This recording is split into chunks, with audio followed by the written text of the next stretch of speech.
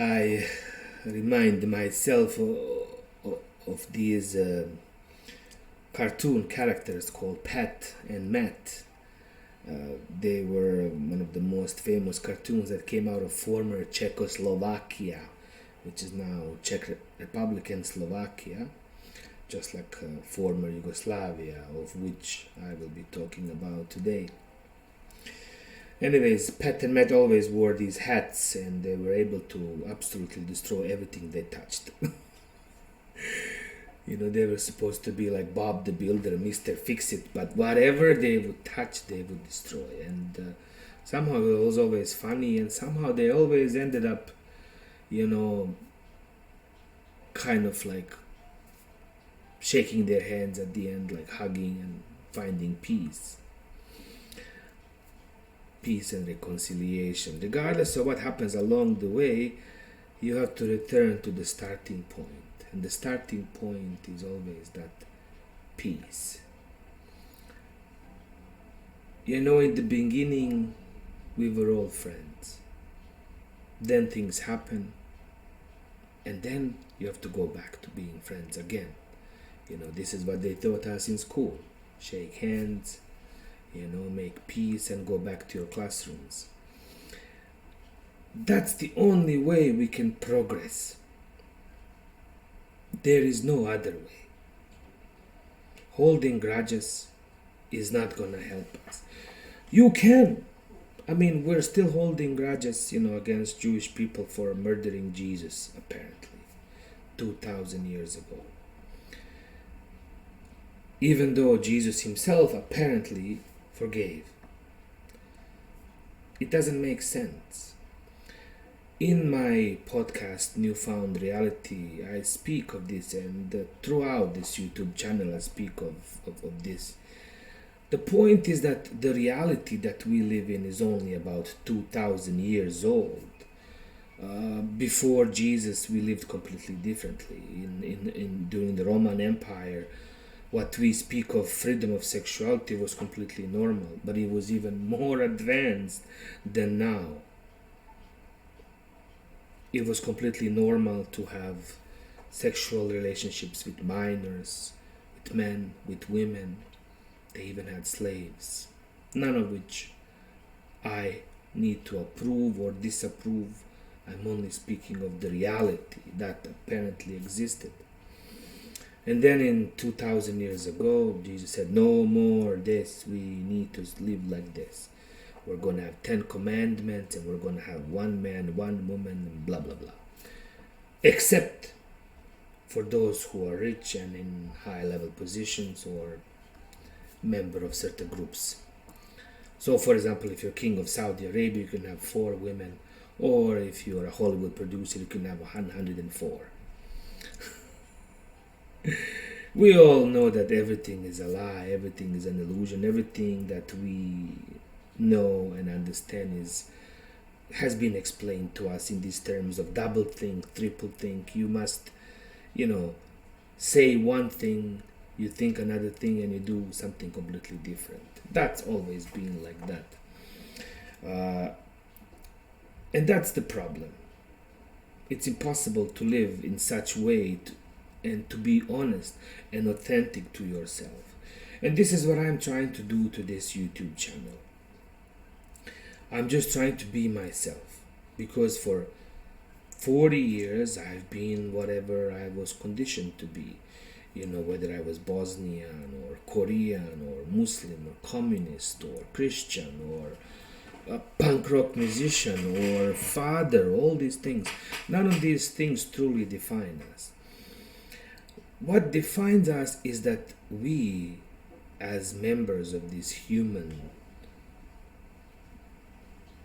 society, have some sort of energy, some sort of a piece of a puzzle that belongs to this global picture, that none of us alone can solve any of the problems we have.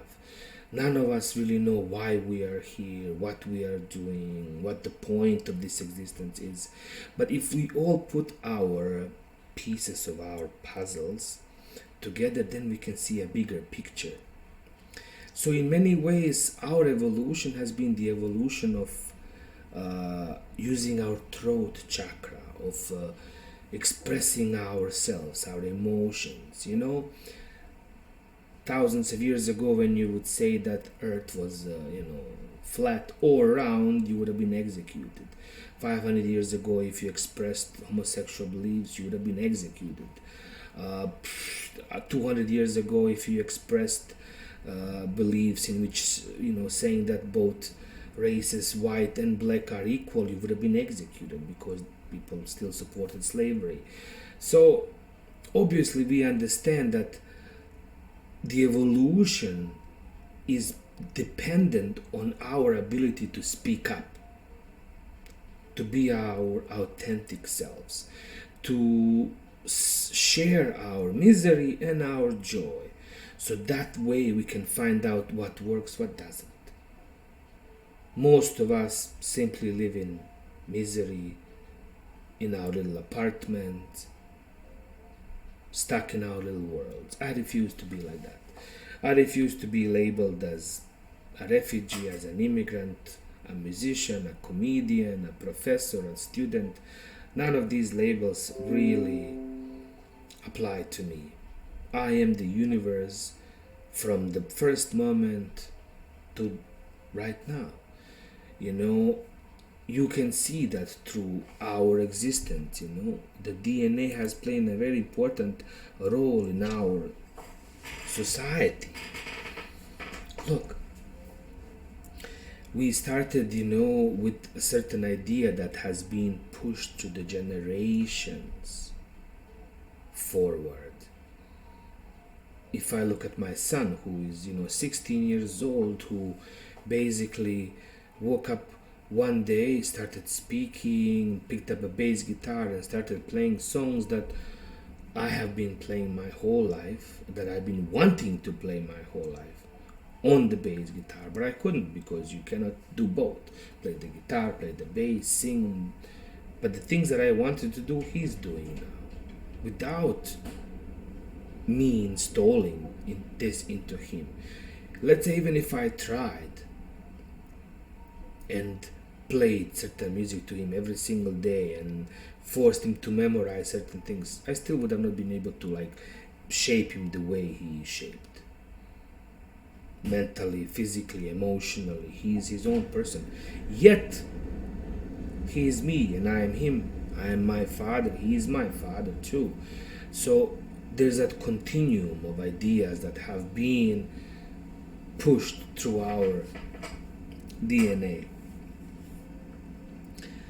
La la la la la. I like to speak about a lot of different things, that are kind of connected, but sometimes it's difficult to follow me.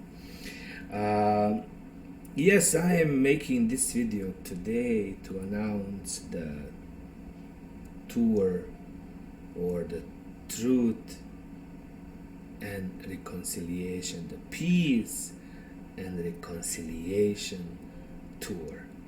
Originally I wanted to name it the Truth and Reconciliation Tour, but because that term applies to something that we are dealing with here in Canada, with indigenous people, or the people that were here before the European settlers came. So we're dealing with that issue, and that's the issue of the truth and reconciliation. But I really like that concept, because I think that in order for us to have reconciliation, the truth must come out. But then a few days ago, I was at the movie theater and I watched Samuel L. Jackson speaking, and he used this, peace and reconciliation tour. And I thought to myself, yeah, that sounds about right too. So peace and reconciliation, in order to avoid problems with truth and reconciliation. But honestly, they're very similar terms. It's time, and I'm using my own former homeland for that reason.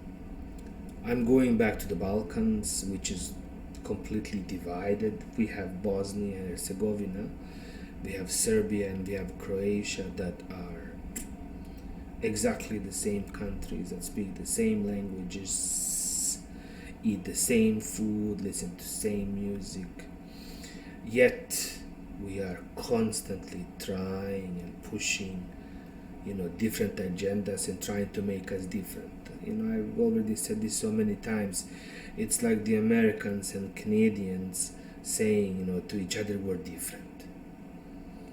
Both like Neil Young, both like Nirvana, both like fish and chips. Everybody eats fries and McDonald's.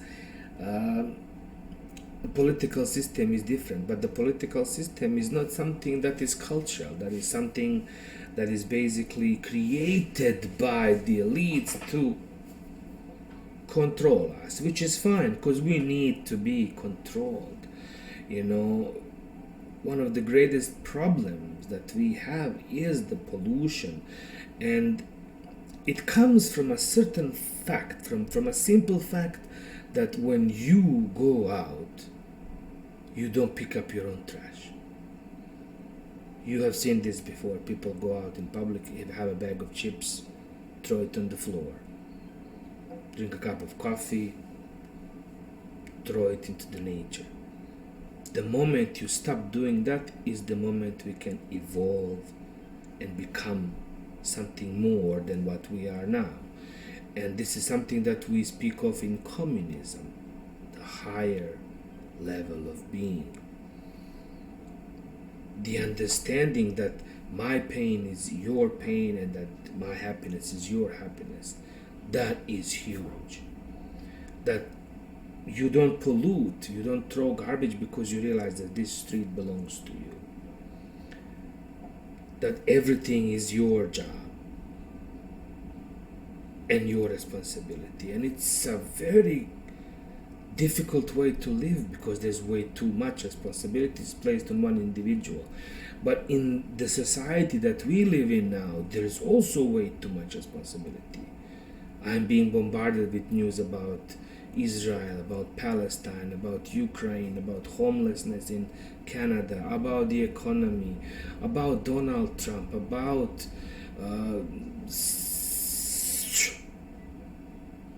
so many things. And somehow, whatever it is that I'm doing with my life is connected.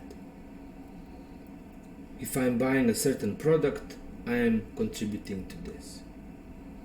So if you buy Nestle chocolate, you are supporting Israel. What do I do? What if I really want to have some chocolate? Find a chocolate that's not made by Jewish people. It's way too complicated. Anyways, we are moving towards this new world order, and it's going to be great. When is it going to happen? We don't know. Will it take us 500 years to pick up our own garbage? Maybe 1,000 years. Are we going to be integrated with artificial intelligence? Do we have to be chipped in order to be controlled? Maybe. This is what we're moving towards. Obviously, as you can see, there's cameras everywhere, there's phones everywhere, that somehow the artificial intelligence, the big brother, is collecting so much data about us. They can predict with certainty what you're going to say, what you're going to do. That's just amazing, because my phone knows more about me than I know about myself. Look through gaming. My children spend so much time playing games. They can measure their response to a certain stimulus, how they will react to a certain situation. So they know if a war happens, exactly how they will react, what they will do, would they sacrifice civilians or not. All these things now can be measured without the actual war, which is, I guess, thanks God, at least we can do that now without, having to go through these horrible ordeals that people are still going through. If we have way too many people and if we need to decrease the population, just wait 50 years. Everything will go down. As I said, earlier, the world that we know is over. Families are gone, fathers are gone, mothers are gone. The future is going to be the way it's going to be, and I've explained about this in other podcasts. But the number of people will decrease, and that's because in order for the internet of all things to happen, we really need to decrease the number of people. So we can all be chipped and we can all be controlled easier. If that's the reality, sure, who chooses who is going to stay, who's going to go. We don't. There's no transparency. We don't know what's going on. This is why the need to speak up is very important. I speak here, I share my own views and my own ideas and my own stories. A lot of it is political, a lot of it is cultural, a lot of it is completely irrelevant to what I'm doing, but here it is. This is how I'm doing it. Hopefully, starting this Friday, this podcast or this playlist that I'm creating now is going to be slightly different. I usually kind of timed myself to do 10 minutes or 5 minutes or 20 minutes videos and then go from there. What I'm going to be doing with the Peace and Reconciliation Tour is slightly different. I'm going back in time to speak of things that happened before and that made me the way I am, and the things that are kind of important.